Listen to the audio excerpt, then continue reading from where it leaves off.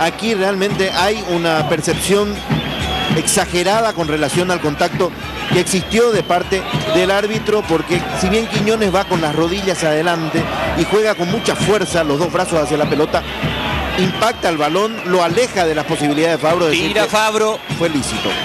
Tira Fabro, penal para Guaraní. 14 minutos.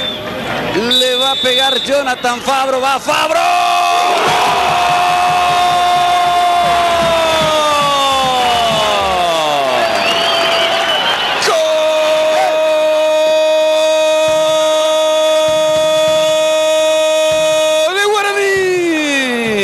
Jonathan Fabro le pegó abajo, esquinado, se fue bien Quiñones, esa pelota se metió cerquita del poste. Guaraní se puso arriba con gol de Fabro de penal, le gana por Colombia 1-0. Sí, pateando al mismo sitio al cual se arrojó Quiñones, queda muy cerca de darle un manotazo al balón, convierte en gol Fabro esta decisión equivocada de Quintana que abre un partido que para Guaraní